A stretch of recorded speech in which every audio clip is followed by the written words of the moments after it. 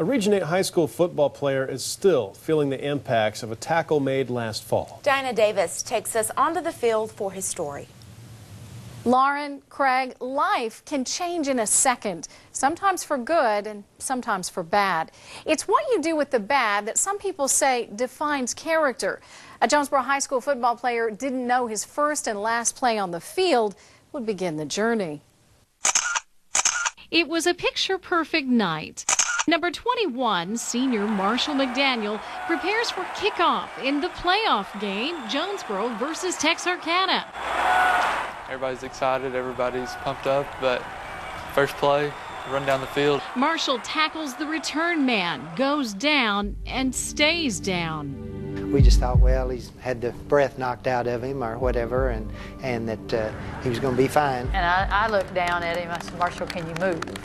You know, can you move your hands and your feet? He had been temporarily knocked unconscious, and sideline emergency professionals weren't taking any chances. You know, last game and everything, or I wanted to go on further. A trip to the ER at St. Bernard's revealed this, a severe break to Marshall's C6 vertebra. Which is a round piece of bone. He crushed it like you'd crush a Coke can, and it spread out and it was pressing against his spinal cord, and he didn't have any stability there, so if he moved he would really hurt himself and possibly even paralyze himself permanently. The challenge that night, to keep Marshall very still. Marshall's injury was about as serious as you can get. SHATLEY had just received extensive training in this type of injury. He joined the team that moved Marshall ever so carefully. I was at the hospital with all my football stuff still on, and so there, and everything's all big and bulky. I don't know if they were, but I thought I could see in their eyes that they were a little scared. I don't know that we really knew the severity of it until later on that night. Needed to get him to Le Bonheur as soon as they could. Minutes ticked by. Back at the game, news of Marshall's injury swept through the crowd. Halftime, we found out that, his neck was broken. He was headed to Le Bonheur, and it was really like a punch in the stomach. Another problem, the helicopter couldn't get to Jonesboro. Very foggy night. The helicopter got about to Mark Tree before they had to turn around.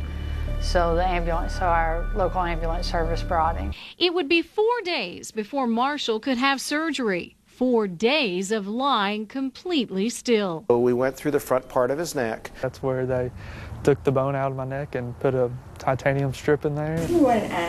A good student, Marshall didn't want to miss school and headed back with a heavy-duty protective brace about 2 weeks later. But no more football ever. Doctor's orders. He knows that God has a plan, and he knows that was part of God's plan, and he just accepted it. Never once hear him complain. Marshall carried on, brace and all, returning to Le Bonheur Children's Hospital in Memphis for doctor's visits. Well, you still do have some evidence of your spinal cord injury. Nothing to worry about. Oh, no, it's nothing to get worried about. It's kind of like you can think of this as your scar. That scar, that life-changing moment, is moving him in a new direction. Marshall's career plans now include a degree in physical therapy. I had to look inside of me and just say, hey, Marshall, you're fine, you're going to be okay, but you just got to forget this and just move on with your life and hope make something of it.